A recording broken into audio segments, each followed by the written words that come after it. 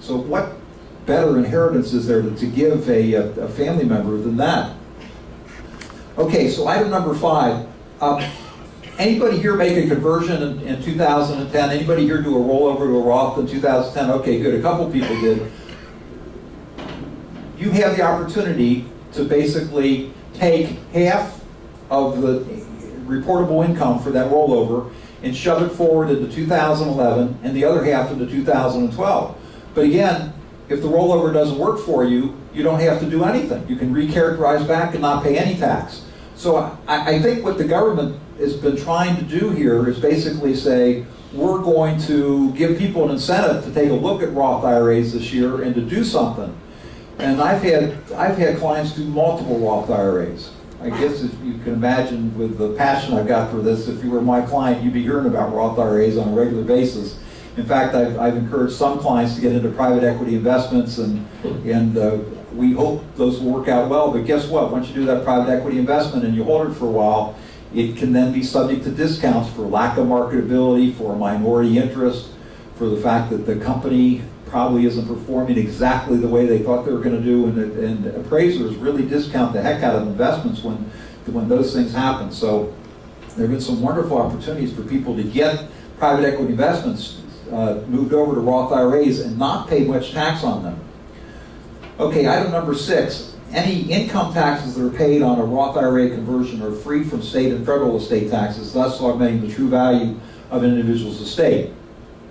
Okay, even with a $5 million exemption equivalent, suppose that you're sitting there and saying, "Oh, that's good, but I've got an $8 million estate and I don't have a surviving spouse."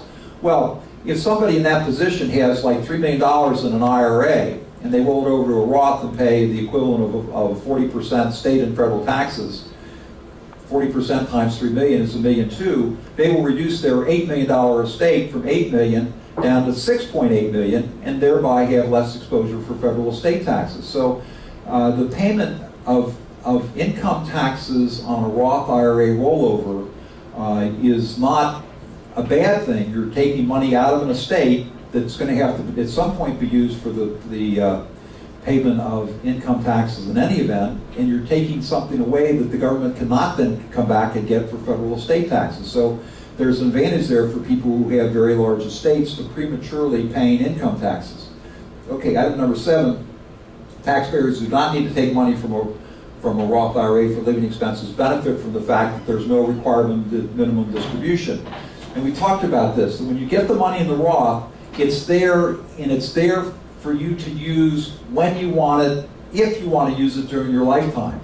And so from the standpoint of creating options for yourself, you're creating more flexibility with respect to what your future will be from an income tax standpoint than it would be if you didn't do the Roth. Because if you just leave money in an IRA, the government will require you to take that out over your lifetime, and you'll have less in the way of planning opportunities, and you'll get tired of paying income taxes on these required distributions. So it's another reason to be thinking of Roths.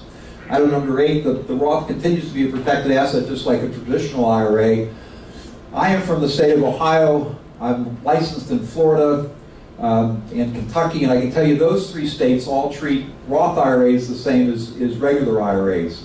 You all may be from Arizona and California, and I cannot tell you that I know the laws of all the states, but in general, I think Roth IRAs have been subject to the same asset protection as regular IRAs. So if you think about the fact that most states protect IRAs from claims of creditors, you don't lose that protection by doing a rollover to a Roth IRA. So that protection continues.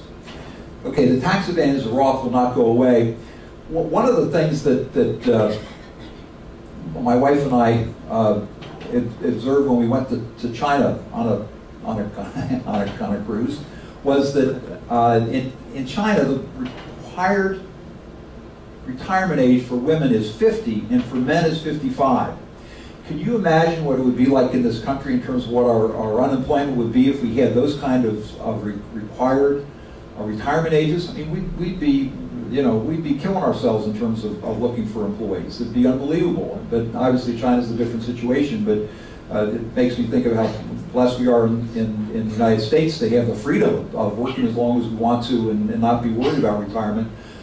But our government's worried about retirement. Our government wants people to be able to retire. And that's why we've had increases in the amount of contributions that individuals could make to 401k plans.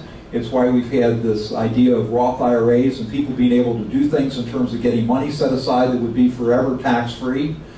And I think that we have a government which is committed to having favorable retirement for individuals who become senior citizens. And I think that we're not going to see the advantages of Roth IRAs go away. I'm always asked, well, you know, what if the government, you know, we need more money, what if they start getting it from Roth IRAs or whatever? Well, all I can say is that yes, it could happen. I do not expect it to happen. I think there are other places for our government to get extra tax dollars. I think picking on retirees is not the place that the government's going to go. Item number 10, rising deficits will likely cause an increase in income taxes. So why not incur the taxes now at the low rates that we have? And by the way, the low rates are going to stick around for 2 more years as far as I can tell. I think that the Bush tax cuts have now become the Obama tax cuts. And so what the tax rates are we've been living with are going to continue in the future. So that's all good. And I think that's good in terms of planning for Roth IRAs, but I think when we do the planning and do the rollovers, we ought to do that with a perspective that these good times may not last forever with respect to taxes. And I think that we all know that with the huge federal deficits that we have, that something's got to give somewhere. And I don't see the government scaling back significantly on it being able on its spending the money, especially when so much of the money is being spent for defense and entitlements. And yeah, we can change entitlements some, and that may make a difference. But I think realistically, we're going to have some tax increases. And I will not be surprised if there aren't some tax increases in the estate tax area as well as in income taxes. But I think, you know, we've got clear sailing for a couple years. I think it's great time to be experimenting with and having the benefit of Roth IRA rollovers, because I think having that tax-free money set aside is going to be something that's going to be very favorable with respect to the future expenditure of money and what each of us is paying on a tax basis. I'm happy to take questions. Yes, sir. This 2-year tax change that occurred, and if we do the trust now or do something money, is it grandfather forever, or then there's nothing like grandfather? That's a very, very good question. Did everybody hear the question? I'm happy to repeat it. The question is with this 2-year change in our federal estate tax system, if someone sets up a trust now and does transfers to it, are those transfers going to be protected? Can the government come back and on a retroactive basis make those transfers different than what we think they are now from a tax standpoint? I am convinced that with having legislation that was recently passed and basically saying this is good for 2 years, that you can count on that. You can go to the bank on that, you can make your transfers into trust and count on that being effective and being exactly what you want it to be. And by the way, what that really means is if for someone who has children and grandchildren and wants to and has the ability to set aside a couple $1 million for them, they could set up an irrevocable trust, transfer in a couple $1 million and have that held for the benefit of children and grandchildren. It's out of the grantor's estate and it's out of the children's estates, and it could be held for the benefit of grandchildren and even give them a limited power to appoint so it can be passed on to future generations. For those of you who have significant net worths, it's an opportunity for you to do some very substantial planning to benefit future generations. It's a window of opportunity that is better, in my opinion, than 2010, where we've had so much uncertainty. I mean, obviously, some families got lucky with deaths that occurred in 2010 because they were able to have lots of assets that would pass on estate tax-free. But that's going away. But for a lot of people, this $5 million exemption creates a wonderful planning opportunity and does provide certainty. We now have certainty for at least 2 years. So transfers to trust will be valid and will be recognized, and you can do wonderful planning. Okay, other questions? Yes, sir.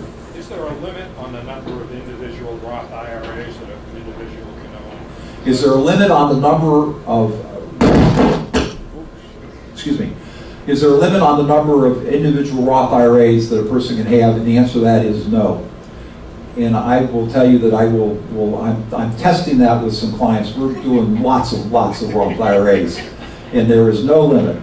The one thing that you should keep in mind, and I didn't say this earlier, is that when you recharacterize a Roth, I mean, let's go back to the person who did the real estate investment. They put $50,000 into it in 2010.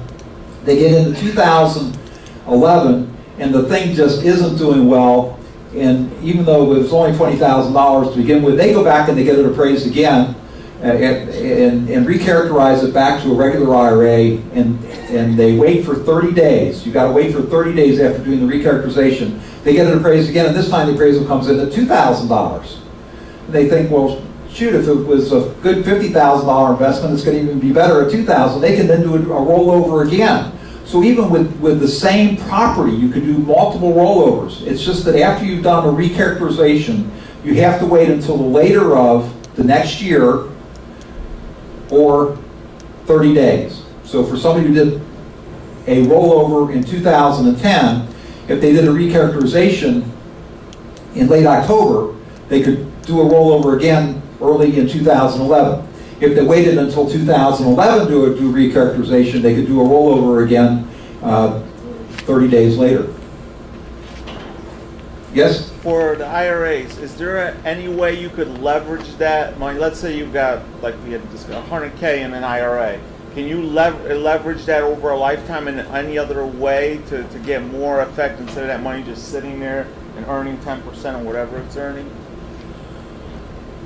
Well, if the IRA is an individual's IRA, right, you've got to be careful you don't take money out before 59.5, because right, then you get hit with a 10% penalty. Right. What I mean by leveraging is you have it there sitting, then you take money again. It's still there, but you're taking money against at a certain interest rate to do other things with that money. Is there any way to leverage like that? Yeah, I think that if you do leveraging with IRA assets or with Roth IRA assets, that's something the Internal Revenue Code says is a prohibited transaction.